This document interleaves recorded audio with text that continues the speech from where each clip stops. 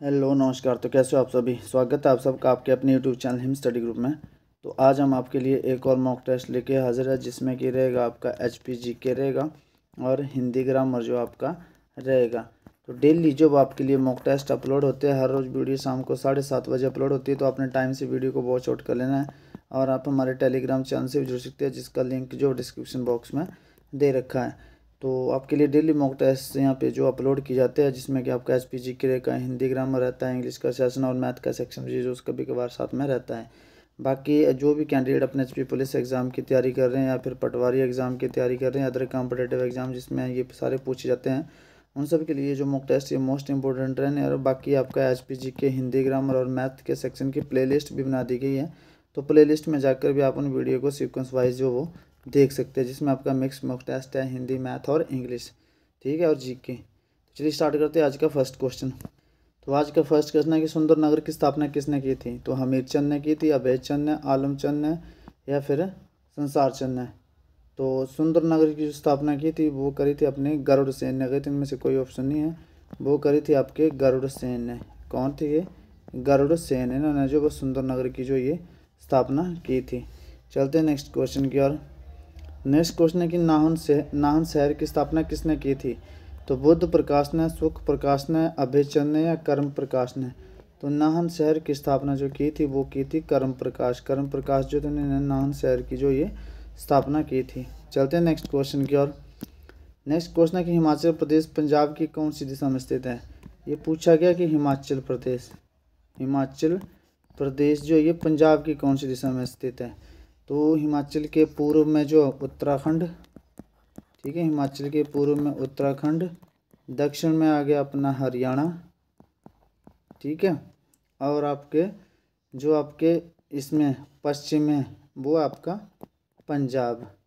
तो अब पूछा गया कि हिमाचल प्रदेश पंजाब की कौन सी दिशा में। यहाँ पे पंजाब है तो ये पंजाब की पूर्व दिशा में, पंजाब की पूर्व दिशा में आपका हिमाचल प्रदेश। चलते हैं नेक्स्ट क्वेश्चन की ओर।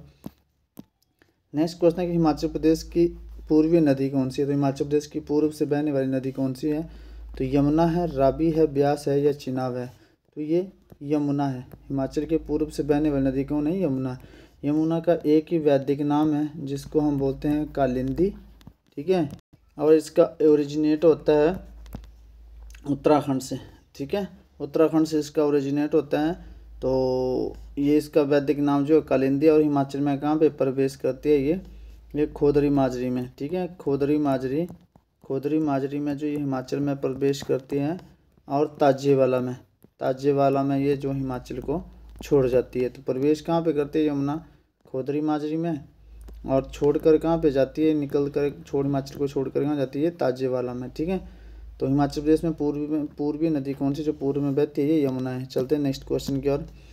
नेक्स्ट क्वेश्चन है कि पट्टन घाटी किस जिले में स्थित है। लाहौल स्पीति में है, शिमला में है, कांगड़ा में है, बिलासपुर में है।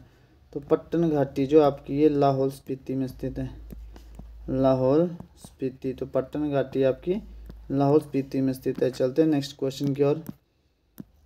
नेक्स्ट क्वेश्चन है कि जल राशि की दृष्टि से हिमाचल प्रदेश की सबसे बड़ी नदी कौन सी है। तो यमुना है, चिनाब है, ब्यास है या फिर रावी है। तो जल राशि की दृष्टि से जो मतलब डेंसिटी जिसकी सबसे ज़्यादा है वो है आपकी चिनाब नदी। चिनाब नदी का वैदिक नाम जो है वो अस्किनी है, ठीक है, और इसका जो संस्कृत नाम है वो है आपका चंद्रभागा। तो ये आपकी चिनाब नदी हो जाएगी। चलते हैं नेक्स्ट क्वेश्चन की ओर। नेक्स्ट क्वेश्चन है कि लाल नदी किस नदी को कहा जाता है। तो यमुना को कहा जाता है, चिनाब को, ब्यास को या सतलुज नदी को। तो जो आपकी लाल रिवर है, तो लाल नदी जो आपकी वो कहा जाता है सतलुज नदी को। सतलुज नदी को जो कहा जाता है आपका ये लाल नदी जो ये कहा जाता है। चलते हैं नेक्स्ट क्वेश्चन की ओर। नेक्स्ट क्वेश्चन है कि खीर गंगा गर्म जल धारा किस जिले में स्थित है। किस जिले में जो ये स्थित है खीर गंगा गर्म जल धारा। तो ये कुल्लू में है, शिमला में है, किन्नौर में है या फिर बिलासपुर में है। तो खीर गंगा जो गर्म जल धारा ये हिमाचल प्रदेश के कुल्लू डिस्ट्रिक्ट में जो ये स्थित है। तो कुल्लू जो इसका ये राइट आंसर हो जाएगा। चलते हैं नेक्स्ट क्वेश्चन की ओर। नेक्स्ट क्वेश्चन है कि हिमाचल प्रदेश में बासुकी नाग की पूजा किस जिले में प्रसिद्ध है। तो हिमाचल प्रदेश के किस जिले में जो बासुकी नाग की पूजा की जाती है। तो ये सिरमौर में की जाती है, कुल्लू में, ऊना में या चंबा में। तो तो चंबा जो है जिला जो है हिमाचल प्रदेश में बासुकी नाग की पूजा के लिए ये फेमस है। चलते हैं नेक्स्ट क्वेश्चन की ओर। नेक्स्ट क्वेश्चन आपका कि कांगड़ा लोकसभा क्षेत्र में कितनी विधानसभाएं आती है, कितनी विधानसभा सीटें ये अपने कांगड़ा में? तो 16 है, 24 है, 19 है, 17 है। तो ये 17 विधानसभा सीटें हैं कांगड़ा में।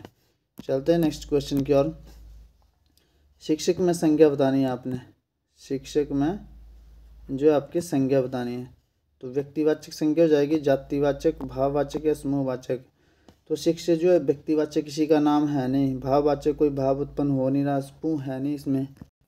तो शिक्षक जो आपकी है जातिवाचक संज्ञा हो जाएगी। शिक्षक कौन सी संज्ञा आपकी है? शिक्षक जो है आपकी है जातिवाचक संज्ञा, जातिवाचक संज्ञा हो जाएगी आपकी शिक्षक। चलते हैं नेक्स्ट क्वेश्चन की ओर। नेक्स्ट क्वेश्चन है कि मुझसे उठा नहीं गया, वाक्य में कौन सा वाच्य है? कृतवाच्य जिसमें कर्ता की प्रधानता होती है, ठीक है। कर्मवाच्य जिसमें कर्म की प्रधानता होती है। भाववाच्य जिसमें भाव की प्रधानता होती है। अब वाच्य कितने प्रकार के होते हैं? वाच्य अपने 3 प्रकार के होते हैं जो यहाँ पे मेंशन किए गए हैं, वही होते हैं 3 प्रकार के। तो अब इसका जो भाववाच्य में क्या होता है कि जैसे मुझसे उठा नहीं जाता है, मुझसे उठा नहीं गया, मुझसे चला नहीं जाता, ठीक है, मुझसे चला नहीं जाता, ठीक है, मुझसे गाया नहीं जाता, मुझसे गाया नहीं जाता। तो इस तरह के जो वाक्य होते हैं वो होते हैं आपके भाववाच्य, भाववाच्य। चलते हैं नेक्स्ट क्वेश्चन की ओर। नेक्स्ट क्वेश्चन है कि हे ईश्वर दया करो। हे ईश्वर शब्द जो है इस शब्द में कौन सा कारक है? तो करण कारक है। तो करण कारक तो आपको पता है कि साधन के लिए आता है, तो साधन इसमें है नहीं, कर्म इसमें कोई हो नहीं रहा, संप्रदान को के लिए विभक्ति आती है, ठीक है। तो ये क्या है? ईश्वर, ये आपका संबोधन है, संबोधन कर रहा है ये, तो ये संबोधित कर रहा है, तो हे ईश्वर दया करो एक्सक्लेमेटरी का निशान आ जाए तो ये संबोधन कारक होता है। चलते हैं नेक्स्ट क्वेश्चन की ओर। नेक्स्ट क्वेश्चन है कि पेड़ से पत्ते गिरते हैं, कौन सा कारक है? करण कारक, कर्म कारक, संप्रदान कारक, अपादान कारक। तो ये पेड़ है, ठीक है, ये पेड़ है। तो पेड़ से जब कोई पत्ता गिरता है नीचे आता है तो ये अलगाव हो जाता है, पेड़ से अलग हो जाता है। तो जहाँ पर भी अलगाव हो जाए वहाँ पर आपका अपादान कारक होता है। कौन कौन सा? अलगाव आ जाए, भय आ जाए, तुलना की बात करी जाए, कंपैरिजन की बात कर जाए, तो इन तीनों में चीज़ों में जो कारक आता है आपका अपादान कारक जो ये आपका आ जाता है। तो पेड़ से पत्ते गिरते हैं वाक्य में कारक कौन सा? अपादान कारक। चलते हैं नेक्स्ट क्वेश्चन की ओर। नेक्स्ट क्वेश्चन है कि वाक्य में अकर्मक क्रिया कौन सी है? आपने इसमें बताना कि इसमें इस वाक्य में जो अकर्मक क्रिया कौन से वाक्य में है? राम खाता है, खाना खा रहा है, तो मतलब जो खाने का असर जो राम खा रहा है वो असर खाने पे पड़ रहा है, तो ये हो गया आपकी सकर्मक। जहाँ पर क्रिया का ट्रांसफ़र हो जाए वहाँ सकर्मक क्रिया, जहाँ पर ट्रांसफ़र ना हो वहाँ अकर्मक। श्याम लिखता है, अगर लिख रहा है तो किसी चीज़ पे लिख रहा है, कॉपी पे लिख रहा है, कुछ भी, तो ये क्रिया हो रही है, ठीक है। क्रिया का जो लिख रहा है उसका प्रभाव पड़ रहा है लिखने पर, तो उसमें स्याही भी खत्म हो रही है। ऊपर से किताब पर लिख रहे हो तो आप जो लिखने का काम है वो किताब पर उसका असर पड़ रहा है, तो ये भी हो जाएगी सकर्मक। जहाँ पर क्रिया का ट्रांसफ़र होता रहे वो सकर्मक, ठीक है।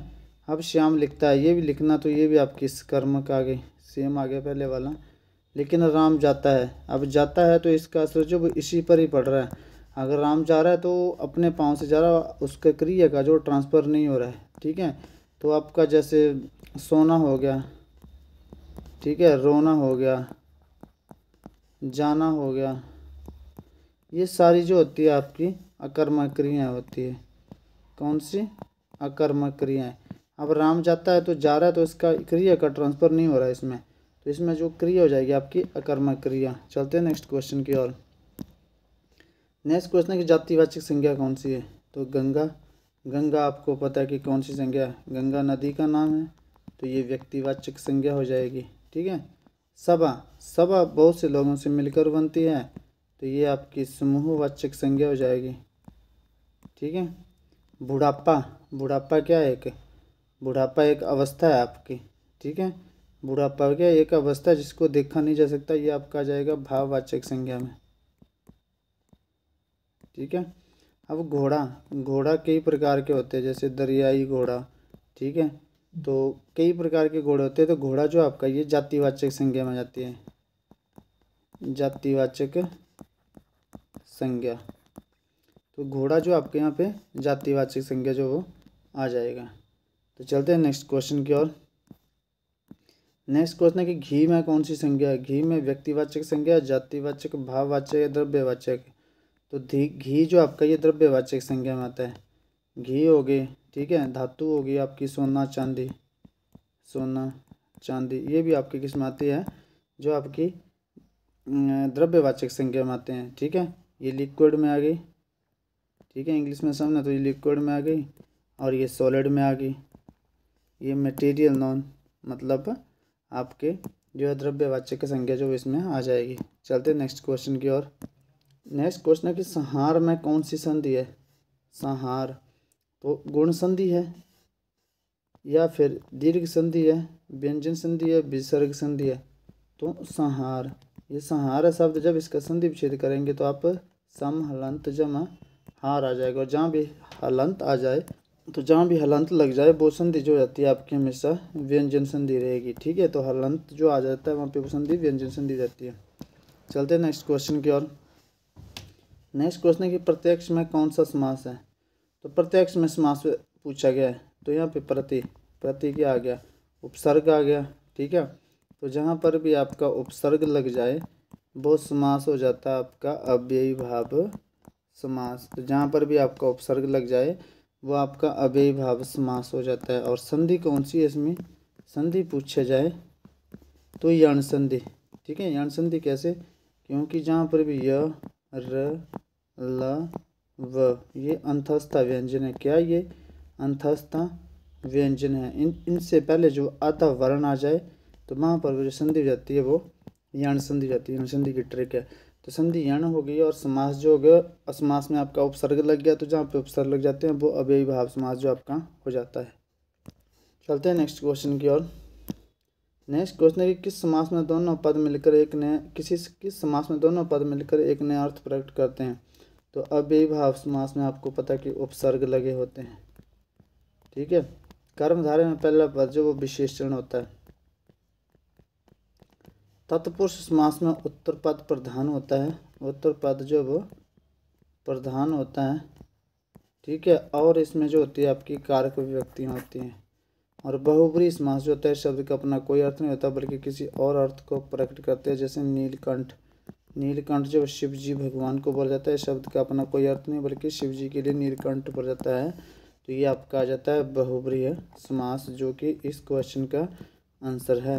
किस समास में दोनों पद मिलकर एक नया अर्थ प्रकट करते हैं? तो वो है बहुब्रीहि समास। इसमें जो वो दोनों पद मिलकर एक नया अर्थ जो वो प्रकट करते हैं और इसमें कोई भी पद प्रधान नहीं होता, ठीक है। तो ये था आपका आज के सेशन जिसमें 20 क्वेश्चन से 20 में से आउट ऑफ आपका स्कोर कितना हो अपने कमेंट सेक्शन में कमेंट करके जरूर बताना है। तो मिलते हैं नेक्स्ट वीडियो में, तब तक के लिए जय हिंद, जय भारत।